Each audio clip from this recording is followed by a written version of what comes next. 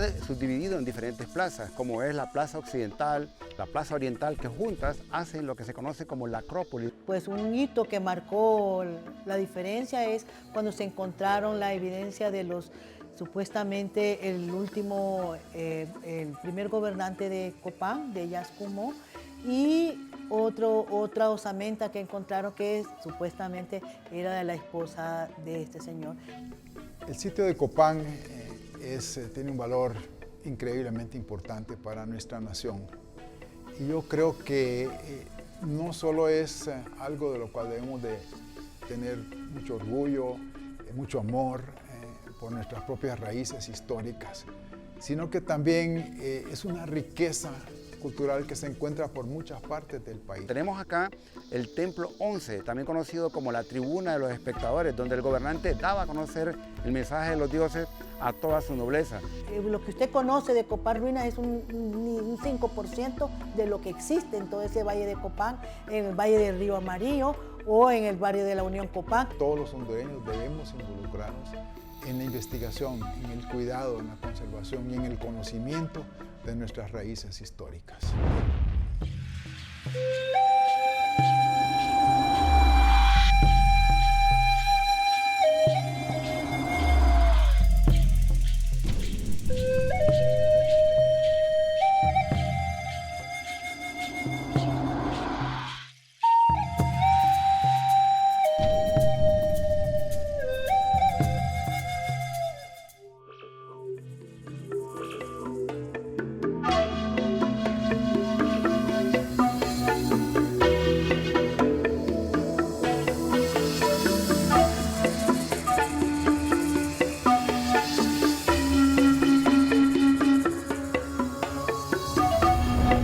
Bienvenidos al programa del día de hoy. Muy interesante el sitio arqueológico de Copán, uno de los más grandes que tenemos del mundo maya en Honduras.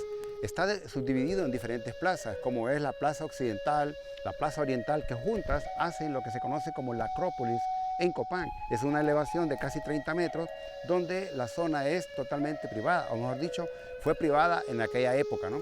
Era donde el gobernante se reunía con su nobleza, con sus principales asesores, donde tenían ese encuentro, donde pues transmitía el mensaje de los dioses que daba al gobernante, y él lo daba a conocer a la nobleza misma. En esta plaza, que es la plaza occidental, que está al occidente del sitio arqueológico, recordemos que para los mayas los puntos cardinales eran muy importantes, sobre todo el este y el oeste. Por el este sale el sol y por el oeste el sol se esconde. Si yo tengo una casa, un edificio que está dando la fachada hacia el oeste, para ellos era muy importante porque el sol iba a descansar a su edificio, iba a descansar a su casa, iba a descansar a su palacio. Y es acá donde estamos, en un lugar que en esta plaza también se le considera la plaza del inframundo acuático. El piso simboliza lo que es el Xibalbá, o el mundo de los muertos de los mayas. Al subir las gradas pasamos en la parte central, donde aparece el mundo presente, pero en la parte superior está lo que es el supramundo. En esta zona también podemos conocer el Templo 11, conocido como la Tribuna de los Espectadores, donde el gobernante daba a conocer el mensaje de los dioses a toda su nobleza. Este edificio tiene elementos decorativos arquitectónicos impresionantes, como el talud tablero, en la parte central un arco celestial. Tiene todos esos elementos arquitectónicos que eran para ellos de mucha importancia y transmitían un mensaje visual a la población. Y también hay dos personajes, uno al lado izquierdo, otro al lado derecho, que simbolizan al dios It. El dios It era el dios del viento, una de las deidades quizás más temidas de los mayas. Entonces lo encontramos que está custodiando ese paso del inframundo hacia lo que es el supramundo, y por eso aparece con una antorcha, uno a cada lado, uno al este y el otro está al oeste. Están custodiando ese paso hacia lo que es el supramundo. Al igual, si es un campo de pelota falsa, se dice ¿por qué? Porque se encontraron en las excavaciones y en las esculturas que los gobernantes estaban vestidos del juego de pelota, como que iban a jugar el juego de pelota, pero nunca lo jugaron acá, pero era un juego de pelota ficticio. Por eso vamos a ver que hay 3 marcadores donde podía rebotar el balón.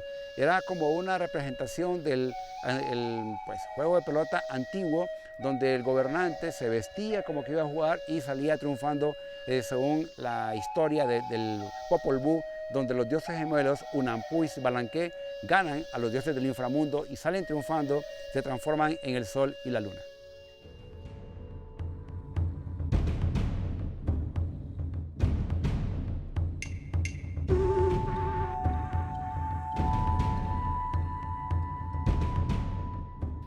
También dentro de la decoración de este templo 11 o tribuna de los espectadores como se le conoce, en la superficie de la tierra hay dos especies de reptiles que son lagartos. Estos, recordemos que en la cosmovisión maya los lagartos se mueven en el Xibalbá, que es acuático, y también se mueven en la tierra. Los tenemos a ambos lados. Y también en el segundo nivel podemos ver que hay unos nichos. Pues el gobernante cuando hacía sus ayunos, cuando tenía esa comunicación, usaba algún tipo de sustancias psicotrópicas, entraba en una comunicación, un trance con sus deidades. El sitio arqueológico, desde que fue descubierto hace más de 150 años, es un sitio por sí mismo, por su particularidad, en lo que, cómo está grabada la historia misma del pueblo. Pero si hablamos de la arqueología moderna, de las últimas investigaciones, pues un hito que marcó la diferencia es cuando se encontraron la evidencia de supuestamente el primer gobernante de Copán, de Yaxcumó, y otra osamenta que encontraron que supuestamente era de la esposa de este señor, que es lo que es conocido como la tumba Margarita. Digamos que marcó un antes y un después. Pero también podría decir yo, para mí en particular, por ejemplo, nosotros crecimos pensando, por ejemplo, que el altar Q era una representación de astrónomos, varias interpretaciones que se daban alrededor de eso, que eso es lo que estaba grabado en la famosa piedra del altar Q. Sin embargo, en los años 80, 90, las nuevas interpretaciones nos dicen que lo que está grabado ahí es la historia dinástica de la última dinastía de Copán, donde está grabado con su vestimenta de los últimos 16 gobernantes de Copán.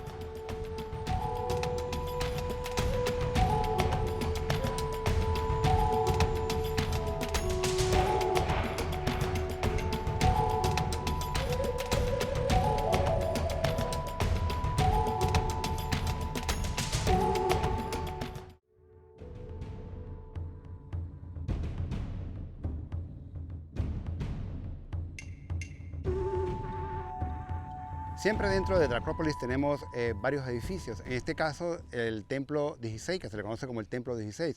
Usualmente los arqueólogos le ponen un número o una letra a los templos por razones técnicas, pero también los mayas le ponían nombres y números a los templos.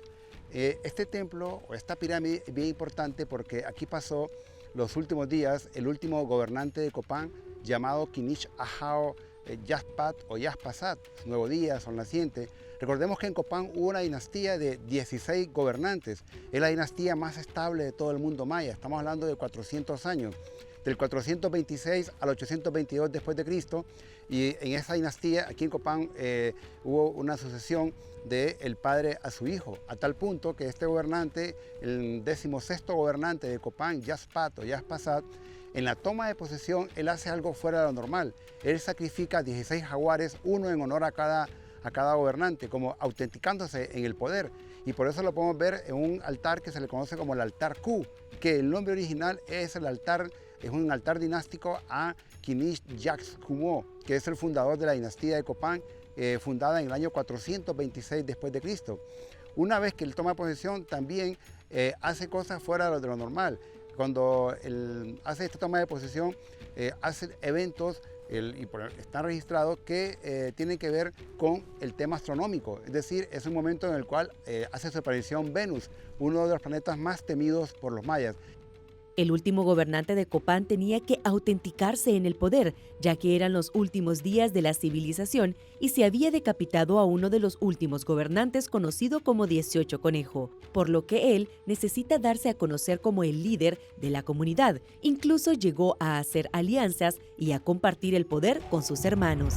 Si vemos en la pirámide, en la parte central, aparecen unas calaveras descarnadas. La idea es tratar un poco de darle, pasar cierto temor a la población para que se dieran cuenta quién era el verdadero gobernante o el verdadero rey, como usualmente se le conoce. Estaba siempre en la cima de la pirámide. Es decir, que esta plaza, que era la occidental, que era para uso privado, era su habitación, era su palacio. Los palacios servían o tenían que ver con actividades civiles, pero ya lo que son los templos tenían que ver con actividades religiosas. Pero algo muy importante de esta pirámide es que en el interior de la misma, esta es la última versión de la pirámide. Encontramos varias pirámides en su interior. Los mayas construían sobre construcción en diferentes niveles, porque como hemos mencionado, realmente ellos lo que miraban arriba lo reflejaban aquí abajo. Entonces ellos respetaban lo que se llama la geografía sacra, el espacio. Y acá es el axis mundi, el eje central de la ciudad.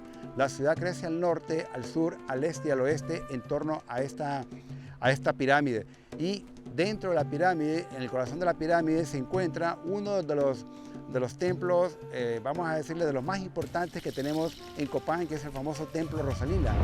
Rosalila es el templo que fue construido en honor al sol, donde se ve la representación de una estrella. Los mayas no destruyeron esta edificación, ya que ellos acostumbraban a destruir la parte superior de los templos y utilizarlos como relleno para una nueva construcción, porque venía un nuevo gobernante. Pero el Rosalila es de los pocos del mundo maya que lo enterraron. Lo pintaron de color blanco, lo rellenaron de tierra alrededor y prácticamente se dice que lo enterraron o lo momificaron como símbolo de respeto porque significaba el sol, ya que destruirlo era una señal de mala suerte para el nuevo gobierno. El 23 de junio de 1989, el arqueólogo hondureño Ricardo Agurcia Fasquel descubrió dentro de la estructura del Templo 16 el Templo Rosalila. Nuestro trabajo en Rosalila se inició principalmente con relación al Templo 16, que está directamente encima de Rosalila, y era para investigar las razones por las cuales los mayas construyeron el Templo 16, o sea, tratar de entender cuál era su época de construcción, si podíamos relacionarlo con algunos de los reyes de Copán en el momento que fue construido, y después tratar de entender la función del edificio, o sea, para qué lo construyeron, de qué servía. Y eso era una combinación de investigaciones por fuera del templo, con la identificación de sus rasgos arquitectónicos y también sus rasgos escultóricos. Estábamos en el proceso de rescatar la escultura de Copán, que estaba regada por todo el sitio, y queríamos entonces conservar esa escultura, ya que la escultura es el rasgo arquitectónico, ornamental, iconográfico más importante de Copán, y hace que Copán tenga un realce increíble dentro del mundo maya. Entonces esa era la iniciativa que llevábamos a las excavaciones del Templo 16, y penetramos al Templo 16 con una red de túneles para lograr muestras de cerámica y de otros materiales y poder fechar así de manera independiente el Templo 16. En este proceso fue que prácticamente por accidente fui a encontrarme con Rosalila. Rosalila está ubicado en el eje más sagrado de la Acrópolis de Copán. Las ruinas de Copán eran una urbe de al menos 20.000 personas y el corazón o el centro de esa ciudad era el conjunto de la Gran Plaza, donde están todas las estelas y la Acrópolis, que se ha logrado entender con los trabajos de investigación que era el Palacio Real, el centro donde los reyes o gobernantes realizaban sus actividades diarias y para recibir a todos los grandes señores que venían de los alrededores y de otras ciudades mayas. Era también el principal centro de ceremonias religiosas. El eje central de esa acrópolis es donde se ubica Rosalila. Lo más sorprendente de todo fue precisamente el edificio mismo, ¿no?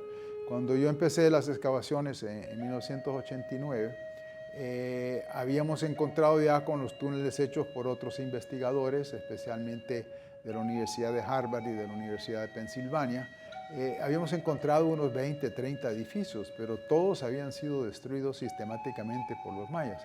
Si encontramos las paredes de un edificio de 1 metro, 1,5 metros, es un gran hallazgo. Pues cuando empiezo yo a excavar a Rosalila, me encuentro con un muro que ya lo iba identificando a 1 metro, 2 metros, 3 metros y que seguía para arriba. Pues esa fue una sorpresa increíble. No solo eso, sino que todo el arte, toda la decoración modelada en estuco todavía estaba en sus fachadas. Fue una doble sorpresa. Me llevó muchos años llegar a poder darme cuenta de que el edificio tenía más de 13 metros de altura, 18 por 12 metros en planta y que estaba preservado en más de un 95%. Entonces, en primer lugar, el susto más grande fue encontrar un edificio tan completo, increíblemente completo. Y luego en el proceso de excavación, al entrar a los cuartos del edificio, ¿verdad?, fuimos encontrando una cantidad de ofrendas extraordinarias. Rosalila tiene 4 cuartos en su primera planta y en cada uno de los cuartos habían ofrendas que están muy relacionadas con los ritos y las prácticas religiosas que realizaban adentro del templo mismo, ¿verdad? Entonces, todos estos elementos, cada una de las ofrendas que fuimos encontrando, eran de un orden trascendental, verdaderamente extraordinario, particularmente una ofrenda muy grande de excéntricos de pedernal, otra ofrenda muy grande de incensarios, habían pedestales para incensarios y todo ese tipo de indumentaria que está relacionada con los ritos que realizaban los mayas adentro del templo. Rosalila, podemos decir que es el único ejemplo completo de la arquitectura y del arte religioso en un edificio maya. Los edificios de la Acrópolis fueron destruidos por el tiempo. Al pasar los años, estos se fueron deteriorando. El tema central del templo Rosalila es la veneración del primer rey de Copán, el antepasado más sagrado de toda la historia de la ciudad, Kinish Yakukmo. Con la serie de excavaciones que se han realizado, se ha descubierto que tanto el templo 16 que está en el exterior como Rosalila están dedicados a la veneración del primer fundador. Por más de 400 años, los mayas regresaban a este lugar a venerar el ancestro más importante de la historia de la ciudad.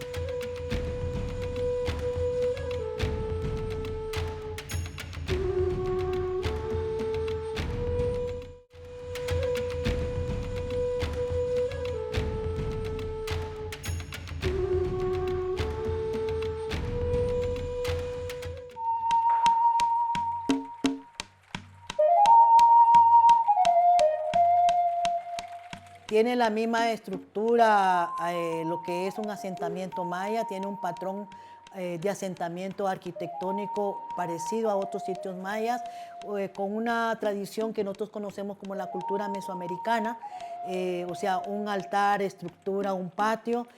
Siempre ponían un altar frente a una estructura, porque el altar, ¿para qué era? Para rendir ofrendas a X ceremonia, X ritual en ciertas circunstancias.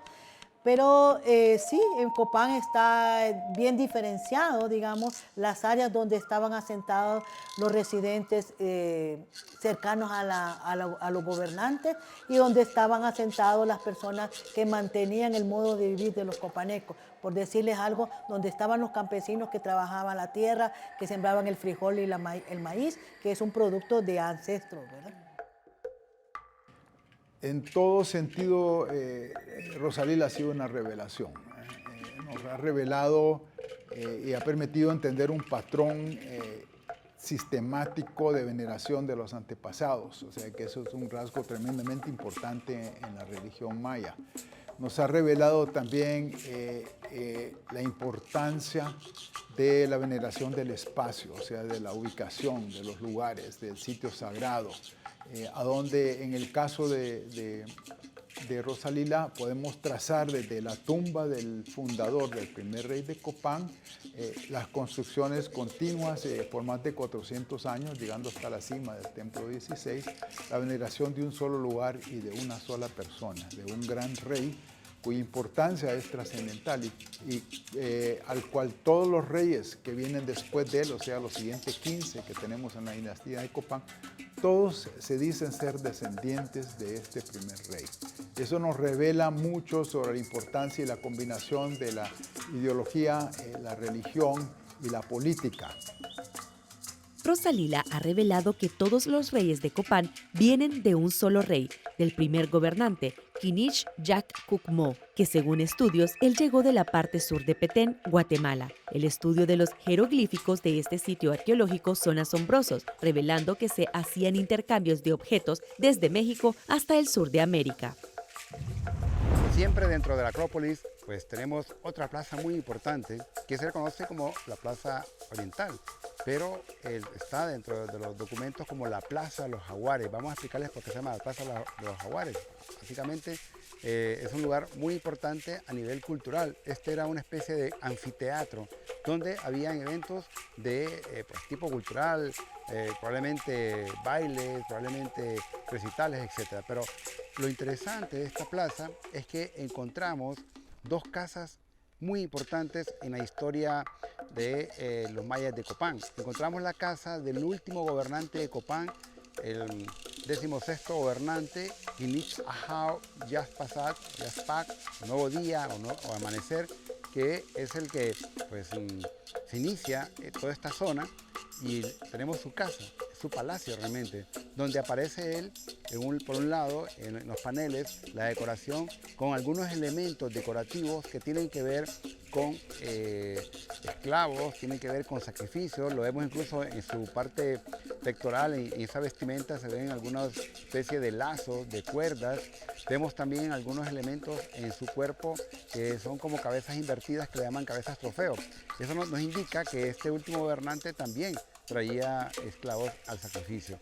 Le tocó gobernar en momentos difíciles, porque recordemos que son los últimos días de Copán y hace cualquier elemento, cualquier característica, cualquier actividad para autenticarse en el poder. Entonces tenemos lo que es su casa, su patio, y algo también interesante, que en el patio de su casa hay unos incensarios, y esos incensarios pues nos dice que constantemente estuvo quemando copal, el señal de adoración, el señal de pues quizás de solicitudes a las deidades, porque Copán estaba prácticamente a colapsar.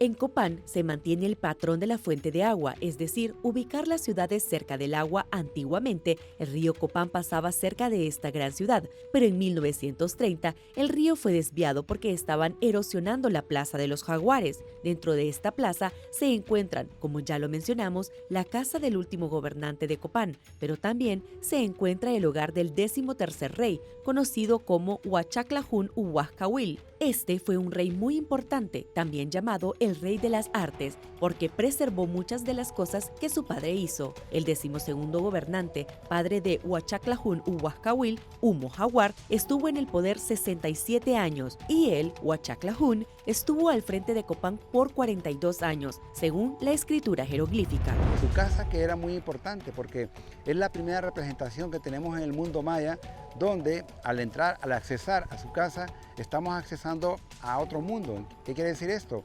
Que encontramos en la decoración, en la escultura, en la parte de abajo, encontramos lo que es el inframundo, o como los mayas conocían como el Chivalbá. Y hay dos personajes que están como sosteniendo el cielo, conocidos como el Bacad.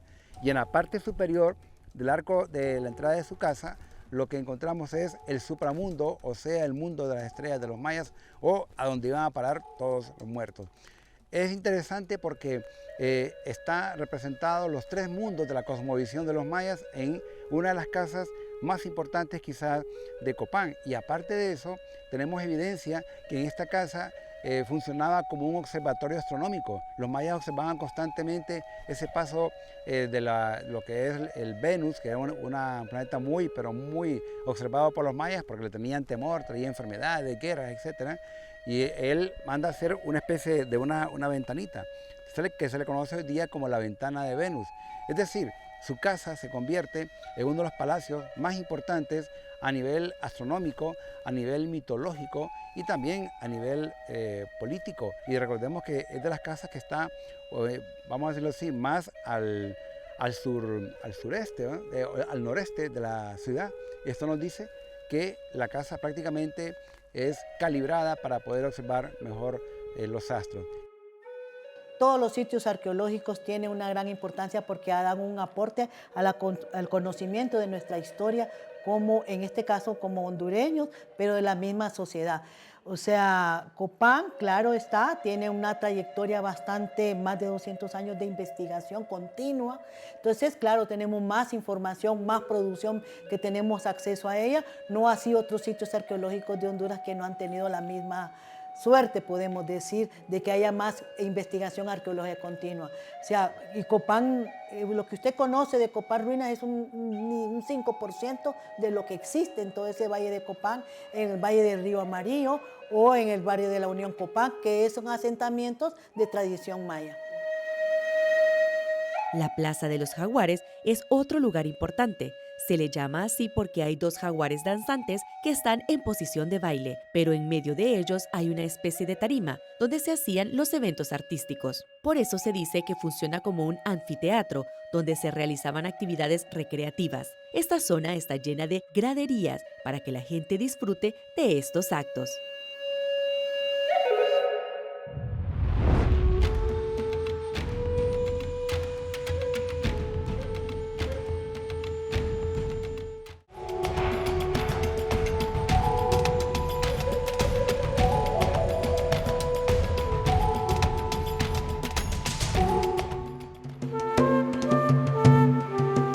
No es casual que la casa de Huachaclas o Valcahuil tiene una posición estratégica para poder observar todas las actividades de recreación, todas las actividades que hacían los mayas en aquel entonces.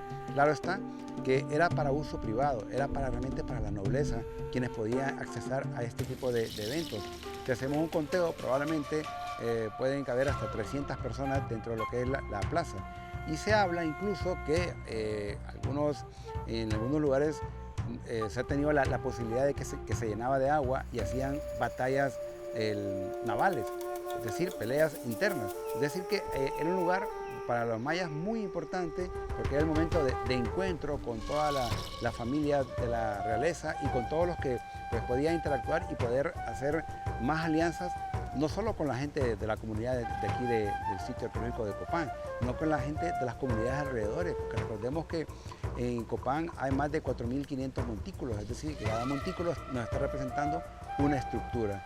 La Plaza de los Jaguares es emblemática en el sentido de que es el lugar de recreación de los mayas, pero también en la parte central encontramos la figura de Venus, que Venus está dando la cara hacia lo que es el este, dándole la bienvenida al sol. Y hay todos estos elementos iconográficos nos van conectando con la cosmovisión de los mayas. Es decir, que todo lo que encontramos en Copán, todo lo que encontramos en las ciudades mayas, tiene que ver con la afirmación de su cosmovisión.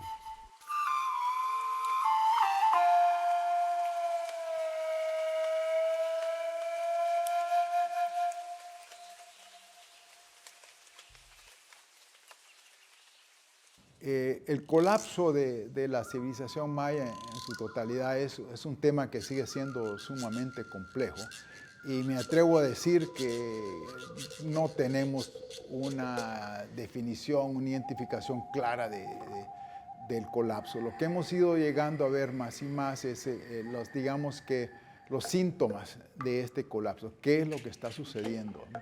En el caso de Copán vemos que en términos de 100 años, ¿no? Pasamos de una ciudad de quizás 20.000 habitantes a una pequeña, quizás, no sé si ni aldea, de unas 4 o 5 construcciones, nada más 4 o 5 casas. O sea, es un colapso demográfico extraordinario, violento, podemos decir, y de un sitio que tenía una gran pujanza, como digo, con redes de comercio e intercambio que abarcan miles de kilómetros, a un pueblito otra vez viviendo en el abandono, ¿no? O sea, es un proceso drástico, es un colapso demográfico gigantesco.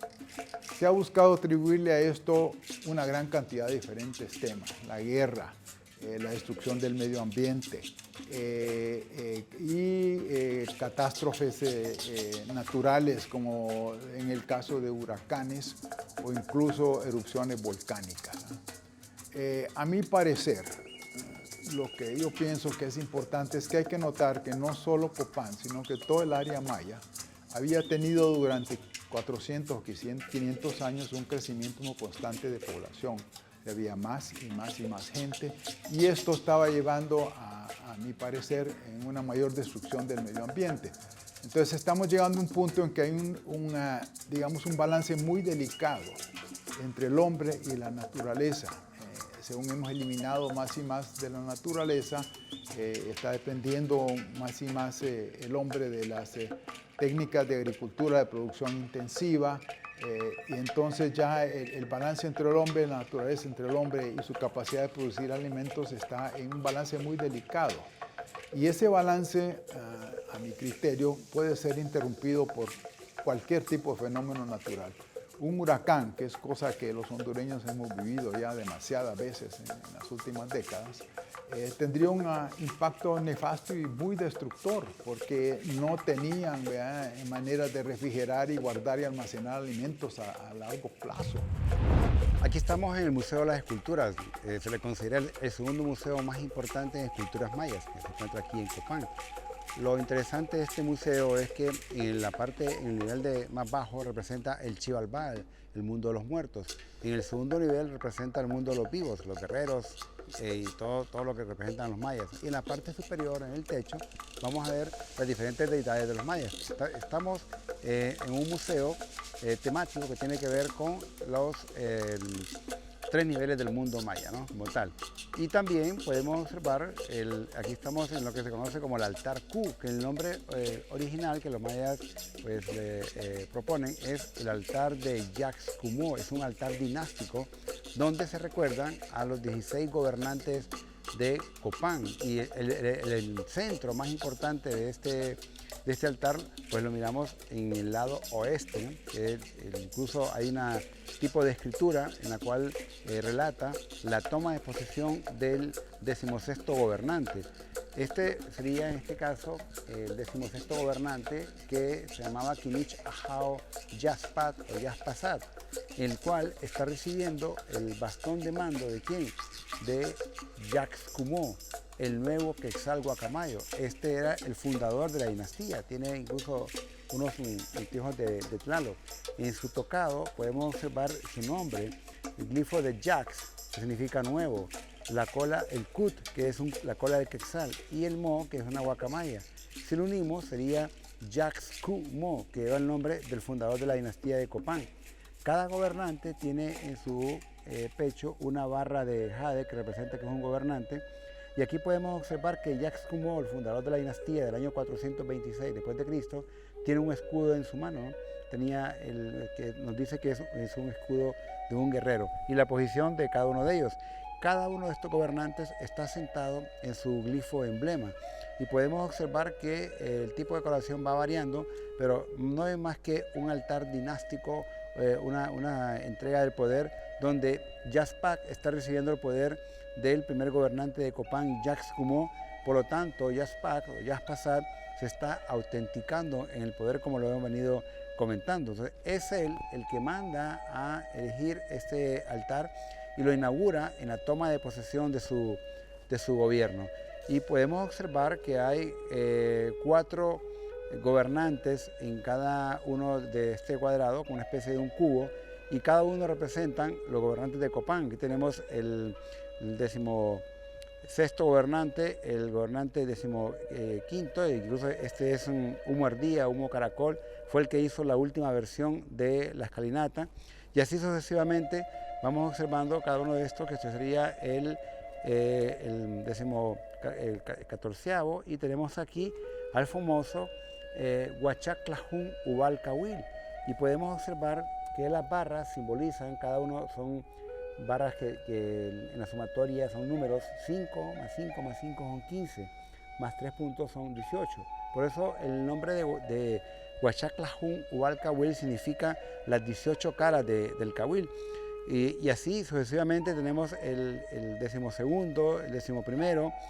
En todo este altar dinástico podemos observar a cada uno de los reyes de la dinastía real de Copán, que estuvieron en el poder 400 años. Y el momento de inauguración del último gobernante, él sacrifica, que lo hemos comentado, 16 jaguares, uno en honor a cada rey. Es un altar emblemático en la historia dinástica de Copán. Hemos recorrido la Acrópolis de Copán Ruinas. Cada parte está cargada de historia y muchos misterios. Estas ruinas nos recuerdan la grandeza de la civilización maya, su capacidad para construir y observar las estrellas que nos ha dejado un gran legado. En la actualidad se siguen explorando y admirando estos patrimonios que no son solo de Honduras, sino del mundo entero.